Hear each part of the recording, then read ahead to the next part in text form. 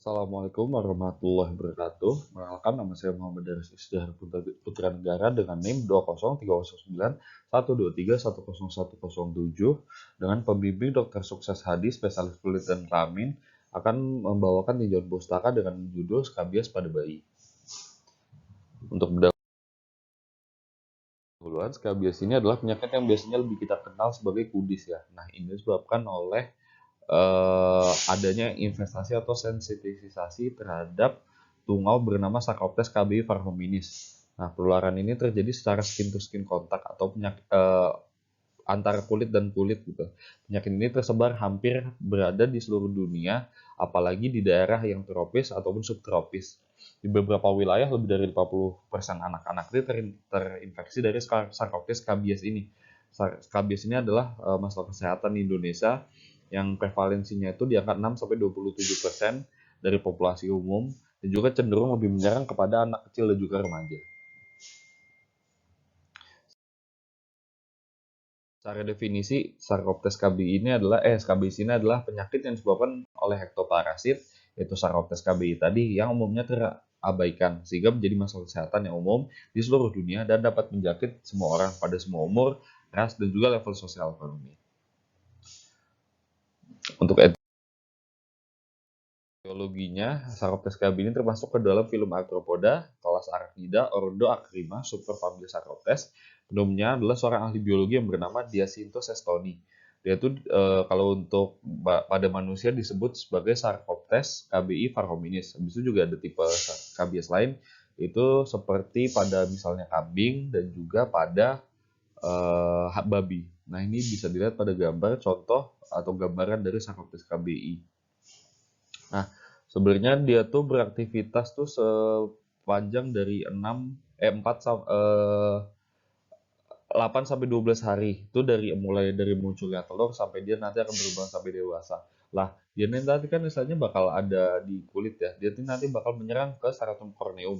Aktivitas-aktivitas mereka inilah yang ada di atas kulit kita yang akan menimbulkan adanya gejala gatal dan juga menimbulkan adanya respon imunitas seluler dan juga humoral serta mampu meningkatkan IgE baik di serum maupun di kulit. Masa inkubasinya itu berlangsung 4-6 minggu. Skabies ini sangat menular ya jelas. Dan juga kadang-kadang tuh gangguan dari skabies ini bukan cuma dari aktivitas dari skabiesnya. Kadang-kadang dari kita juga istilahnya ikut berkontribusi dalam lesinya itu, karena ketika gatal kita cenderung akan menggaruk di lesinya itu, sedangkan nanti akan menimbulkan garukan tadi akan menimbulkan adanya krusta maupun infeksi sekunder lainnya. Epidemiologinya itu kalau di seluruh dunia itu tercatat ada 300 juta kasus setiap tahunnya di seluruh dunia. Sedangkan skabies ini lebih ditemukan di negara berkembang dibandingkan negara maju. Kalau untuk data di Indonesia itu prevalensinya tuh ada di 2008 tuh sekitar 6-13% dan juga cenderung menurun pada tahun 2013 menjadi sekitar 4-6%. Sedangkan untuk epidemiologi skabies pada bayi masih belum ada data yang secara spesifik untuk membahas hal itu.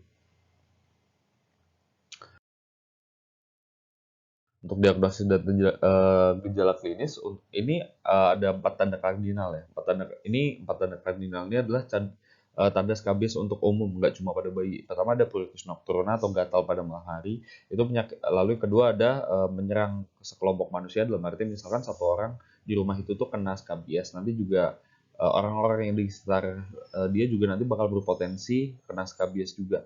Lalu ketiga, adanya gambaran terowongan atau kanalikuli pada tempat-tempat predileksi yang menyerang kulit kita. Lalu dia tuh biasanya berwarna putih atau keabu-abuan, berbentuk garis lurus atau belok. Nah, dengan rata-rata panjangnya itu sampai 1 cm.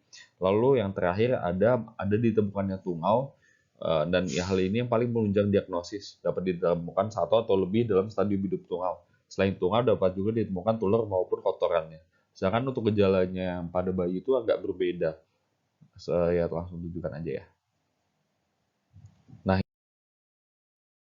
ini tabel dari yang dikumpulkan dari kasus skabies bayi pada John Hopkins Children's Center dan John Hopkins All Children Hospital. Nah, ini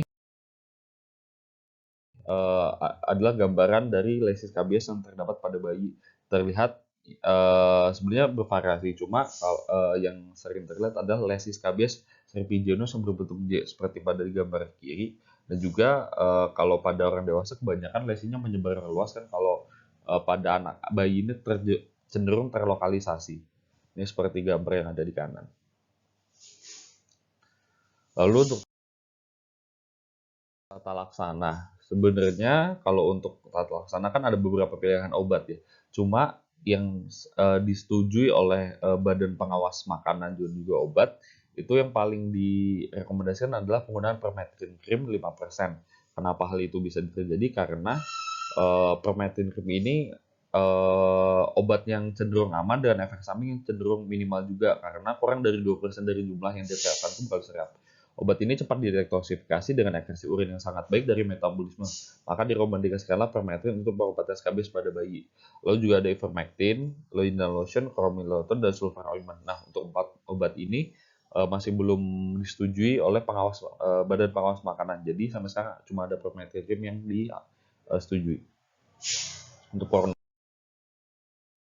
prognosis, selama penanganan dan juga pemberian obat tepat pada bayi, cenderung prognosis yang ada sampai sekarang prognosisnya baik.